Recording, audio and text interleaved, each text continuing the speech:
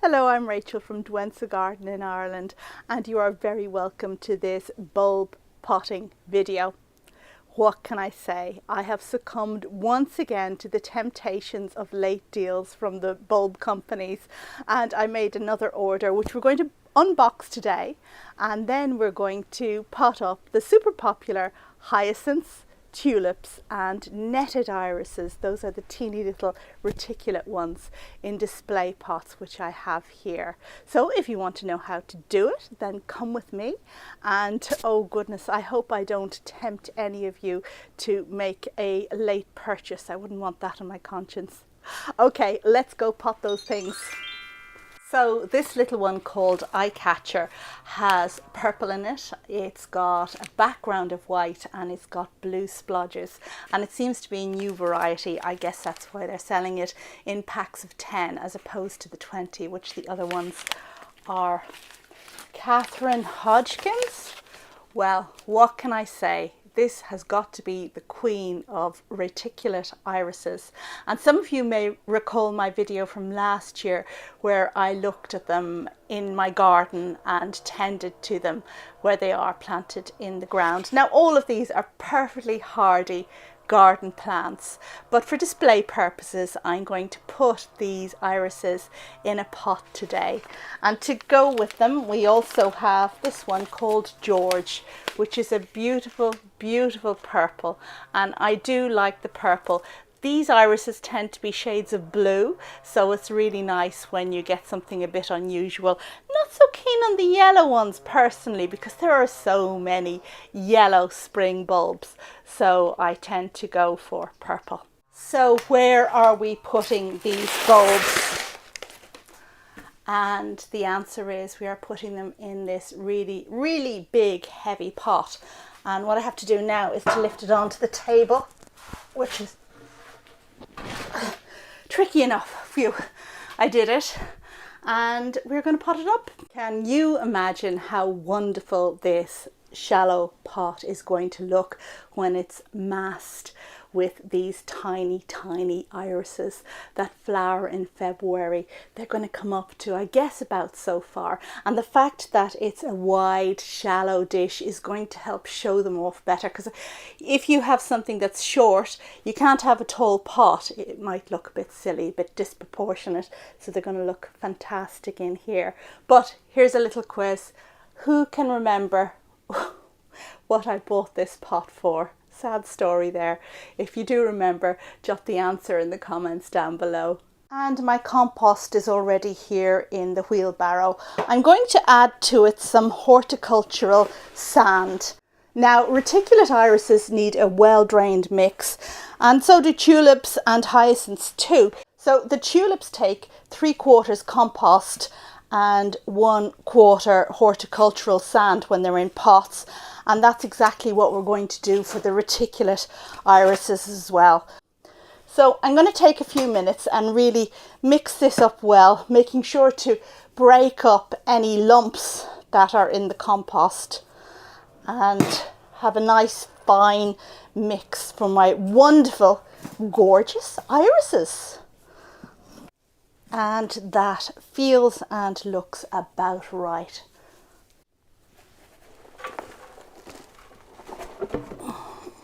And the first iris we're going to unwrap is good old George, the purple one. So let's just empty those out here. Very unelegantly done. You may wonder why I'm planting such a small bulb so deep, because the rule of thumb is that bulbs should be planted at 1/3 of their depth. I suppose that would bring us to about here. However, I have recently learnt that reticulate irises should be planted at 10 or 15 centimeters deep. So, you know, this is not too deep at all.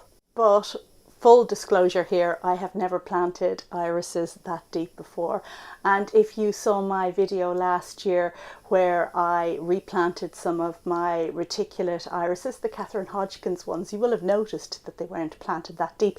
Even last summer I replanted the whole lot of them not that deep. So I've been growing these plants for more than 10 years and I've always planted them really quite shallowly. So it doesn't matter so much.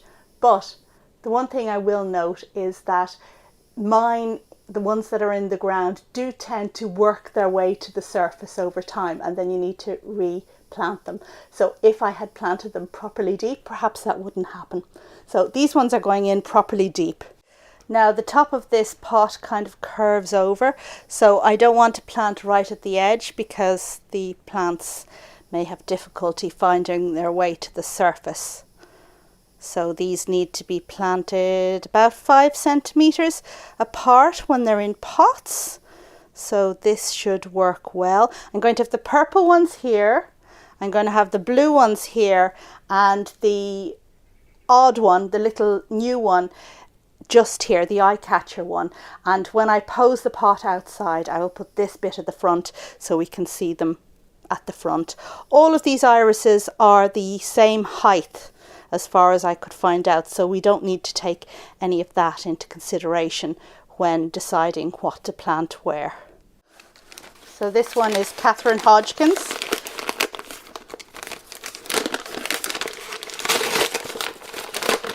And we'll just put her in here. And of course they all look quite identical. So yeah. I guess that's George, that's Catherine. Yeah, they do look identical. Okay, in we go, Catherine. Now I do want to see a delineation between the different types, not all just mixed together. These ones are already sprouting.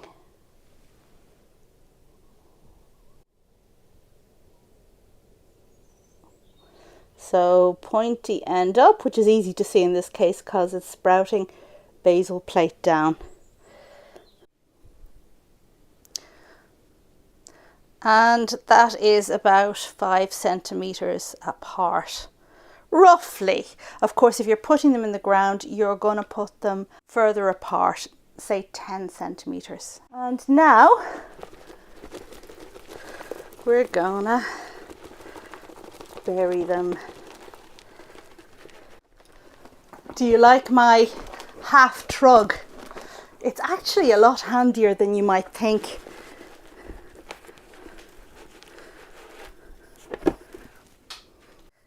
And remembering as always to keep about an inch between the top of your mix and the top of the pot, and this is just to make sure that you can water it properly.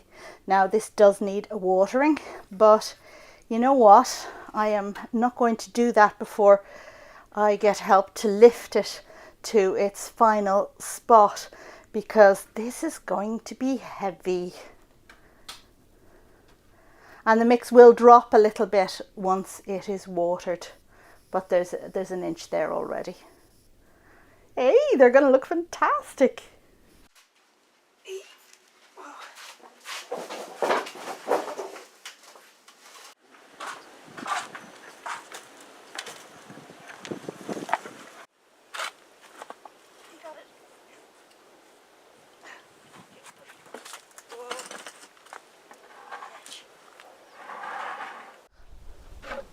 And the final step, of course, as with most things, is to water this in.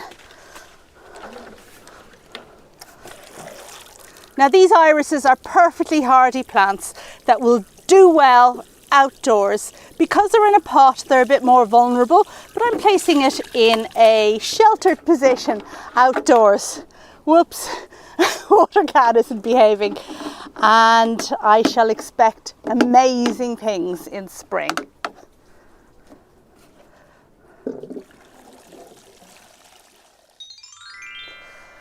Right, next up we have the tulips, and this is a gorgeous one called Green Mile. Now I saw this tulip for sale last autumn, but I was too late to buy it. They were already sold out. It's a new variety, and here we go. Lovely little bulbs that are already sprouting.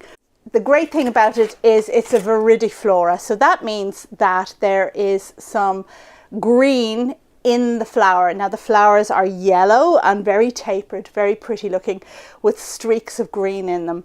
And the green in the flower is a wonderful device that viridiflora tulips have for making sure that they get enough food. So the chlorophyll in the petals helps the plant photosynthesize and make more food, and therefore they are reliably perennial. First time with this tulip, but because it's a viridiflora, then I am quite sure that it is going to come back year on year.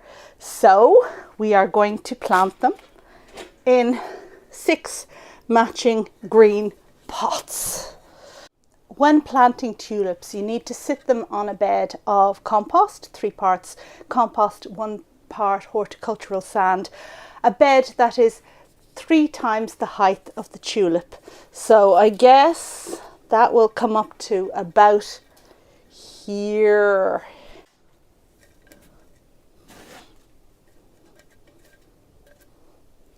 So you need space for the tulips, and you also need to put 3 times the height above the tulips.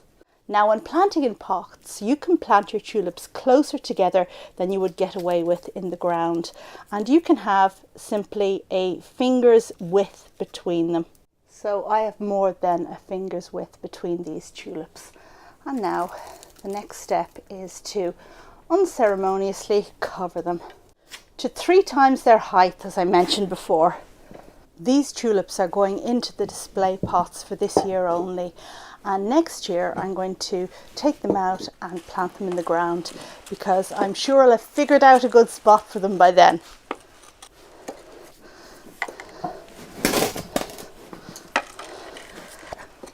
I'm not sure you can really keep tulips in pots longer term, so these are going out into the garden. But what I will be doing is deadheading them after they finish flowering, and then feeding them with a liquid fertilizer just to make sure that they build up those bulbs nice and big for next year.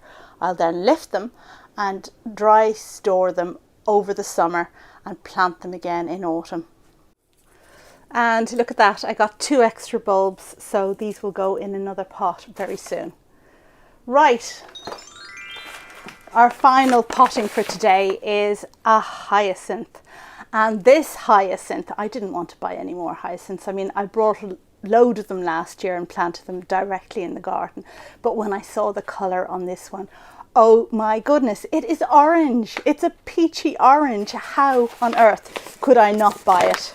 So this hyacinth, which is called Gypsy Queen, is going to go in a pot in the greenhouse. The others are going to be outdoors displays, but this is going to go in the greenhouse so I can properly enjoy the amazing scent. And you've got to love the look of hyacinths with their purple skins. My pot for the hyacinth is, it's not exactly a shallow pot, but it's not super deep like with the tulips. I'm going to use the same mix, and I am going to place them in here. Now, very often when you buy hyacinths at this time of year, they're for use in the house. They're prepared hyacinths that are going to flower around Christmas time. These aren't prepared hyacinths, so they will flower in spring as was ever intended for them to do. So because it's not going to go into a warm environment like the house, I'm not going to pot them with the bulb proud of the soil. So often you buy them at this time of year and you can actually see the bulb, especially if you sprout them over a glass of water. You can see the bulb and it's very attractive. But in the cooler environment of the greenhouse, that's not really going to be practical. So I'm going to bury them. So I'll start off by putting a bed of compost down here for the hyacinths to sit on, and then we will place our bulbs. Now these of course will probably go out in the garden eventually, but for the moment they will go in here. And I'm placing them quite close together because I want a big impact. And nothing gives a big impact quite like hyacinths. And cover them up. And I'm burying them completely like you might in the ground. Of course, if you plant them in the ground, you're going to plant them deeper than this. You get away with so much with pots, don't you? So that's one of them. And we have here another pot. Same purpose.